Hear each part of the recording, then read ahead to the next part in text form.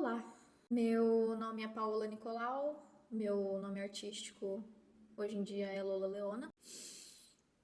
Eu acredito que muita gente viu o vídeo do Felca sobre adultização infantil, sexualização infantil, enfim. Graças a Deus esse assunto tem sido falado e discutido e realmente abordado e botado em prática políticas contra, né, recentemente.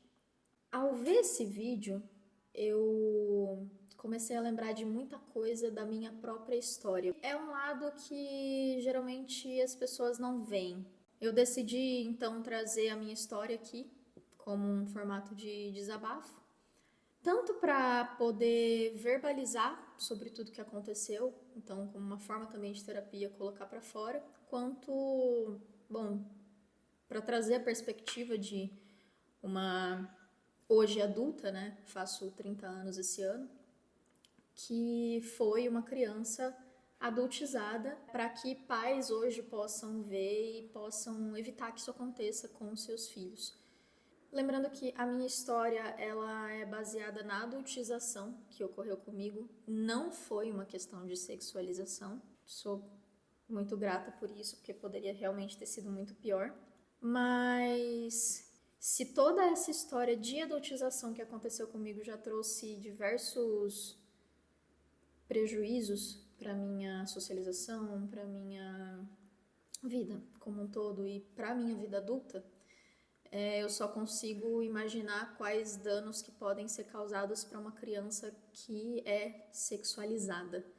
Então, se com esse vídeo eu puder transmitir o que aconteceu comigo, como eu me sinto hoje, tudo o que aconteceu e tudo como foi e como é, se eu puder com isso conscientizar pessoas sobre o quanto isso danifica a cabeça do adulto, né? Não só da criança, mas que vem, como diz o Rossandro Klingen, já vem para a vida adulta de uma certa maneira quebrada. Se eu puder ajudar para que menos pessoas passem por isso, eu acho que esse é o objetivo.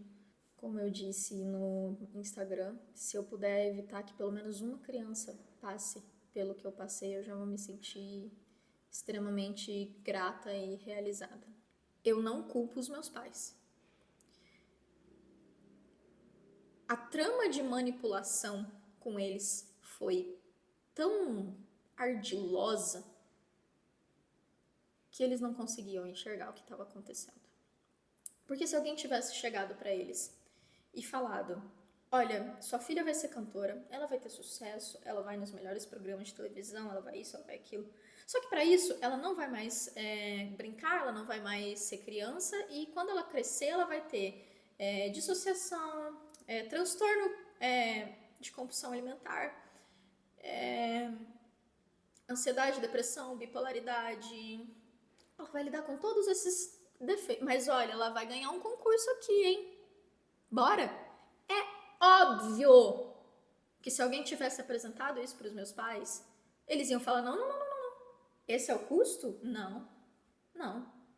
Graças a Deus, nesse ponto, eu não tenho nada a reclamar. Eu sei que os meus pais deram para mim o máximo que eles tinham para me dar, o melhor que eles tinham para me dar. Para dar um contexto breve da minha história, eu sou cantora e eu comecei a trabalhar com música como cantora aos 6 anos de idade. Aos 6 anos de idade, eu participei do meu primeiro concurso no Gugu, programa do Gugu, e a partir daí para frente começaram a vir cada vez mais concursos e festivais e participei de Raul Gil, participei de vários concursos mesmo de canto, de calouros, enfim. As coisas se intensificaram para mim nesse ponto por volta aí dos 9, 10 anos de idade, quando a gente montou uma equipe para profissionalizar melhor o trabalho que eu estava fazendo. O problema principal que aconteceu comigo, eu diria que não foi nem estar cantando, estar trabalhando, estar fazendo todas essas coisas.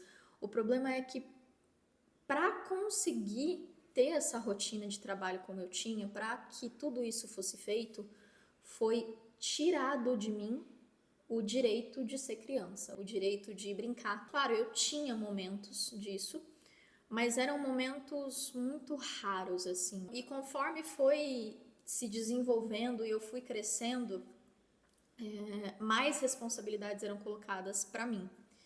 Então eu tinha uma estrutura de ensaio rígida, eu tinha responsabilidades, e toda vez que eu pensava em algo sobre ser criança, né, ou que eu demonstrava comportamentos infantis por ser uma criança, era cobrado de mim, principalmente pela equipe, né, que eu fosse adulta. Porque um adulto sabe exatamente o que ele tem que fazer, ele chega, ele faz, mas como criança eu não tinha ligadas essas questões dentro do meu cérebro, elas ainda estavam em desenvolvimento. Mas era muito cobrado que eu já tivesse realmente, assim, eu tava exposta com a minha voz, mas eu não tinha voz. Eu não podia falar que eu não estava gostando daquilo que eu estava fazendo, eu não sabia que eu podia falar que eu não gostava, eu não sabia que eu podia falar que eu não queria cantar tal música, eu não sabia que eu podia falar, ter voz. Às vezes a gente olha para uma criança no mundo do entretenimento, que foi o meu caso, e a gente não consegue enxergar todo o custo que aquela criança está tendo para estar lá. Como eu me desenvolvi pro entretenimento das pessoas, eu acabei não conseguindo desenvolver a minha identidade, porque eu não sabia que eu precisava entender quem eu era.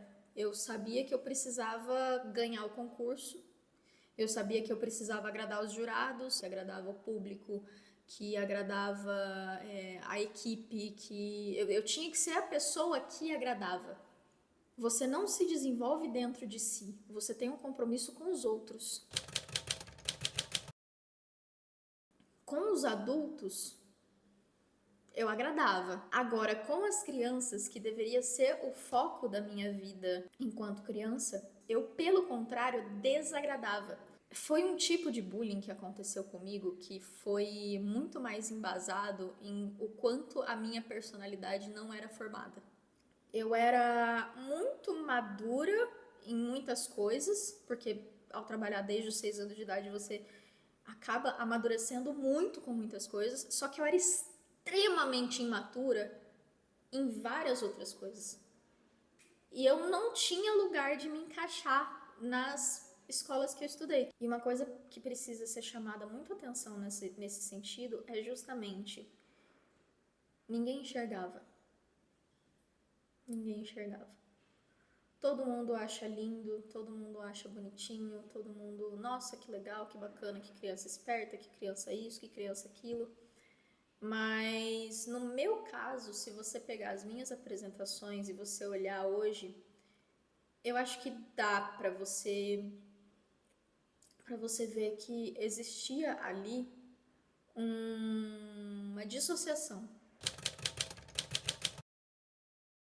Esse foi o primeiro prejuízo que aconteceu com a minha saúde mental, a dissociação. É como se eu saísse do meu corpo para desempenhar a tarefa que precisa ser desempenhada e depois, no momento que toda essa questão termina, eu volto.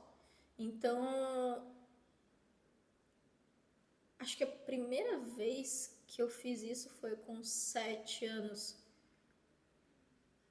Eu já sabia que eu não queria cantar lírico, mas eu não tinha forças para falar isso para ninguém.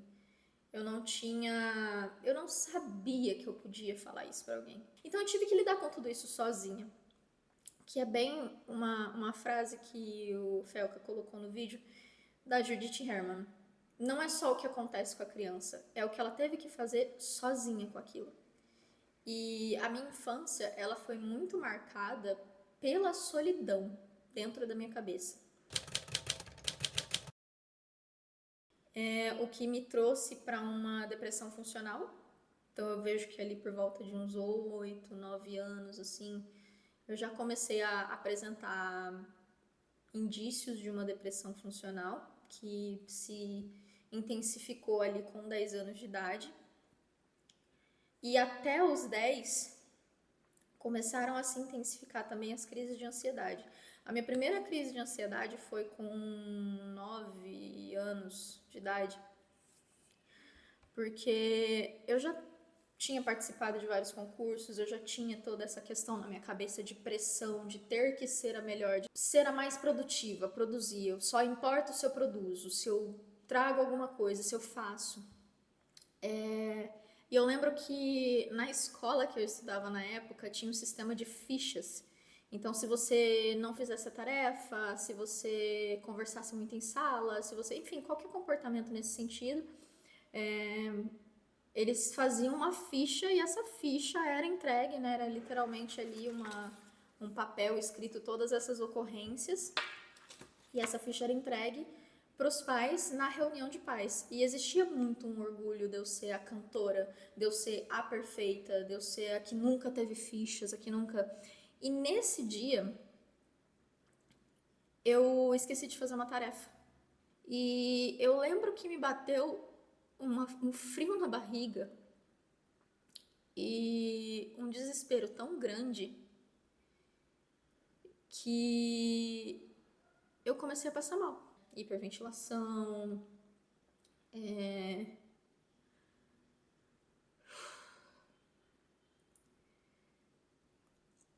confusão mental, aquela sensação que o mundo vai acabar e você vai desmaiar. Aí a professora me tirou da sala, perguntou o que estava acontecendo, eu não conseguia falar. Ela me ajudou a respirar, a voltar para mim, mas ainda assim o meu desespero de não ter feito aquela tarefa era tão grande que eu não consegui sair daquela crise de ansiedade enquanto eu não saí da sala. Eu não conseguia entender o que eu precisava falar. O que você passou? Não sei. Então eu comecei a falar que eu tive dores na bexiga. Fui levada em vários médicos para ver sobre isso, fiz exames e tudo mais. Óbvio que não deu nada. Mas ali teve o segundo prejuízo, que foi o de escapar. Eu senti que eu precisava escapar das situações de perigo, dessas situações onde eu errava. Eu não podia errar, então eu tive que escapar dos erros. Tudo isso só foi se intensificando e uma coisa muito importante quebrou no meu cérebro. O cérebro infantil percebeu, quando eu fico doente, eu recebo atenção, eu recebo cuidado e eu não tenho as obrigações de ser adulta. Então, o que essa ligação fez? Fez com que eu fosse uma criança que estava doente o tempo todo. A minha imunidade era muito fraca, eu tinha muita doença psicossomática. Muita doença psicossomática. Começaram as dores de cabeça nessa época. Tudo isso acontecendo numa idade tão jovem ali, começa a mandar sinais para o teu cérebro que impedem o desenvolvimento dele da maneira correta. Então, com tudo isso acontecendo, eu acabei desenvolvendo um transtorno afetivo bipolar tipo 2. E sim, esse tipo de transtorno, pelo menos como foi o meu caso, ele é desenvolvido porque ele é um transtorno de personalidade. Claro, eu tinha a predisposição, mas eu sinto que se algumas coisas que eu passei tivessem sido um pouquinho diferentes, eu não teria caído tão pesado nisso. Eu tive muitos danos com a bipolaridade na fase adulta. Hoje, graças a Deus, medicada, tratada, tô na melhor fase do meu tratamento até agora, graças a Deus, muita terapia. Mas entende que é esse o custo? De jeito nenhum, eu não culpo os meus pais. Se existiu erro da parte deles, o erro foi de não ter tido informação e estrutura emocional para entender o que estava acontecendo comigo e para conseguir escutar o que eu não conseguia falar. Então, assim, lembra que isso tudo aconteceu há 20 anos atrás. Ninguém falava sobre saúde mental naquela época. O problema foi justamente que não se tinha as informações que a gente tem hoje. 20 anos atrás não tinha como eles saberem de um transtorno dissociativo, de um transtorno alimentar. Não tinha. Então, é por isso que eu tô aqui. É por isso que eu tô rasgando meu peito e abrindo essas questões aqui e me expondo de um jeito que eu nunca fui exposta na minha vida. Para falar para você pai, você mãe, você tio, você familiar, você amigo, você vizinho, você que conhece uma criança que está sendo adultizada nesse sentido, e não precisa nem ser só com trabalho, está sendo adultizada na questão de estar sendo tirada a infância dela. Olha para essa criança, protege essa criança. A gente só tem uma infância. Eu cresci completamente amargurada por qualquer coisa que remetesse a uma infância. Qualquer coisa que fosse relacionada a se divertir, qualquer coisa que fosse leve, qualquer brincadeira, eu cresci completamente amargurada em relação a isso, porque se eu não pude, ninguém mais pode. Como assim você pode fazer isso? Eu não pude a minha vida inteira. Eu tive que abdicar da minha alma, da minha essência. Como assim você tem a sua alma e a sua essência intacta? Não. Então, assim, fazem poucos meses que pela primeira vez na minha vida eu me permiti ter um hobby. Eu me permiti fazer alguma coisa só porque eu queria. Não para ser boa, não para ser excelente, para mostrar para o mundo e falar, olha como eu sou boa, porque foi isso que eu aprendi que era amor na minha infância, porque eu fui condicionada a isso. Então, eu relacionei que amor era igual a utilidade, que eu só podia ter o direito de ser amada se eu trouxesse alguma coisa para a mesa, se eu trouxesse alguma utilidade, se eu fosse boa em alguma coisa. Então, o meu valor, ele saiu da minha mão e foi para a mão de todo mundo, menos da minha. Novamente, esse vídeo não é para vilanizar ninguém, não é para trazer culpado, para fazer denúncia nenhuma, até porque essas coisas aconteceram há 20 anos atrás. E eu peço que vocês não julguem os meus pais, assim como eu não julgo eles. A questão não é essa.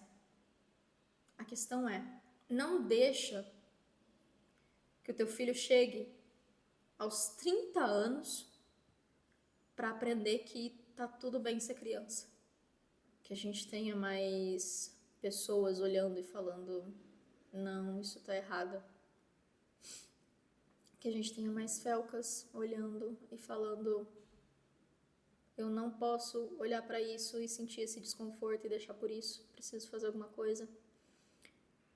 Que a gente tenha mais pessoas que perguntem para as crianças em um ambiente seguro, como é que você tá?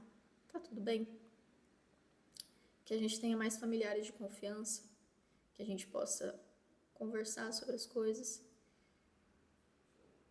que a gente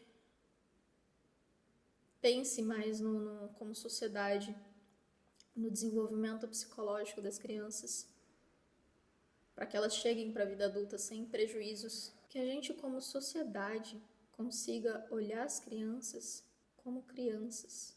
Porque eu acho que a coisa mais bonita que você pode ver é justamente uma criança crescendo e conseguindo aprender sobre o seu próprio desenvolvimento, sobre formar sua própria identidade.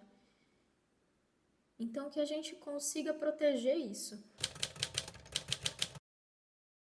Eu só tive forças e maturidade, independência, enfim, para correr atrás disso depois dos 25. Foi com exatos 25 anos que eu comecei que eu senti isso e eu falei, não, eu preciso correr atrás de mim, eu preciso me entender. E foi agora com 30 que eu cheguei finalmente num ponto onde eu olho e eu falo, ok, preciso me buscar. Eu não sei exatamente, mas eu sei o que eu não sou. Eu não sou uma pessoa que precisa agradar os outros acima de mim mesma.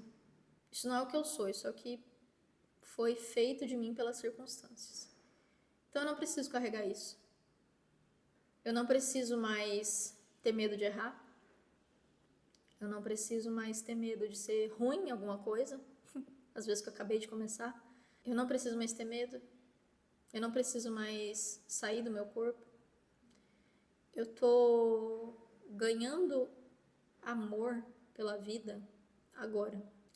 Eu sei que, querendo ou não, é um pouco tarde para eu conseguir estar só agora olhando para a vida e falando: caramba, a vida é bacana, vale a pena. Mas, mesmo que isso tenha acontecido tarde comigo, eu sou grata pela minha jornada e pela minha cabeça ter me trazido pra cá. E por toda a terapia que eu fiz e continuo fazendo, e por todo o acolhimento que eu tenho agora. E assim, a gente tem vários exemplos de pessoas que a carreira do entretenimento, por exemplo, que é o meu caso e o meu lugar de fala, digamos assim, funcionou. Eu posso citar, por exemplo, a Maísa. A Maísa é uma pessoa que eu convivi muito nos primórdios da carreira dela. E as coisas que eu lembro, né, que hoje eu entendo tudo que estava acontecendo, cara, tinha um cuidado para manter a infância dela que era lindo. Existia essa estrutura, existia essa preocupação. Existia essa questão de essa criança vai ser criança. Ela pediu para estar ali. Do mesmo jeito que eu também pedi. Existia todo um cuidado tão bonito com a infância dela. E, claro, a gente vê isso muito claramente, que ela era uma criança extremamente livre e falava o que ela queria falar. Até na adolescência também a gente vê vários vídeos bem legais sobre isso. E dá pra ver que hoje ela tem muita gratidão por tudo que ela passou. Pelo menos dos conteúdos que eu vejo, claro. Eu tive um recorte muito pequeno do início da carreira da Maísa, mas dá pra ver que ela colhe bons frutos psicológicos em relação a isso, entendeu? Ela não teve muitos prejuízos que colegas de trabalho sofreram e que você olha hoje para uma pessoa ou outra e você fala: caramba, esse adulto está sofrendo com X e Y, mas se você olhar um pouquinho mais por trás dessa lente, você vai olhar e falar: porque a criança tal coisa e tal coisa. Poxa. Eu poderia ficar horas aqui falando sobre tudo isso. Eu quis trazer um exemplo bom agora no final. Eu quis trazer um exemplo que, no meu ponto de vista, foi o mais assertivo possível, justamente para falar que o problema não é estar numa carreira no entretenimento. O problema não é a criança trabalhar. O problema não necessariamente é esse, trabalhar no entretenimento. Existe um psicólogo por ali por perto para fazer questão que não vai ter dano, que não tá tendo dano na socialização na escola, que não tá se formando um trauma ali para a vida. Existe uma proteção ao patrimônio dessa criança porque ela tá ganhando dinheiro. Esse dinheiro é fruto do trabalho dela. E a gente vê que, de acordo com o Estatuto da Criança e do Adolescente, criança não trabalha, mas ela tá trabalhando no entretenimento. Ela continua na escola, ela tá tranquila na escola, na socialização com os colegas, nas notas, enfim, tá tudo tranquilo com a cabeça dela? Eu acho que essa tem que ser a preocupação, porque a gente não pode deixar uma criança à deriva de ser o quê? Porque não tem repertório na cabeça de uma criança para ela saber o que ela precisa ser ou deixar de ser. Ela vai improvisando, de acordo com o que ela vê, de acordo com o que ela é condicionada, de acordo com o que ela sente de resposta dos outros. Porque o repertório de uma criança é formado 100% pelo que ela recebe. O que essa criança está recebendo? A gente precisa olhar para a sociedade e não deixar que a menininha que tá cantando, ou o menininho que tá na novela, ou o dublador, ou o pastor, ou o influencer, o podcaster, enfim. A gente não pode deixar que ele esteja ali, ou ela esteja ali, essa criança esteja ali nessa posição, ao custo de ter a infância e o direito de ser criança ceifado.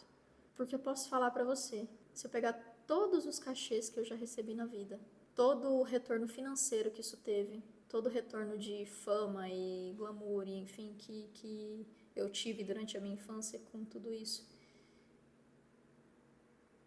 nenhum centavo valeu o quanto a minha cabeça foi bagunçada por conta disso. Claro que eu sou muito grata por onde eu tô hoje, claro que eu sou muito grata por tudo que me trouxe até aqui, mas a questão é justamente essa. Eu sou grata por ter vivido tudo que eu vivi e poder hoje sentar aqui na frente dessa câmera e poder falar: não deixem isso acontecer com a criança de vocês. Se o preço do que eu passei foi poder salvar, nem que seja uma criança, de passar tudo isso, valeu a pena. Aí sim valeu a pena. Se você que está assistindo sentindo seu coração de mandar esse vídeo para algum amigo, amiga, enfim, para alguém que possa ser ajudado, né, para algum responsável de alguma criança que possa ser ajudada com esse depoimento, por favor, encaminha. Porque isso é muito maior do que eu. Isso é muito maior do que a minha história. É muito maior do que eu, minha mãe, meu pai, minha família, a equipe que eu tive. É muito maior do que qualquer coisa que eu passei. Porque isso é sobre não deixar isso acontecer de novo.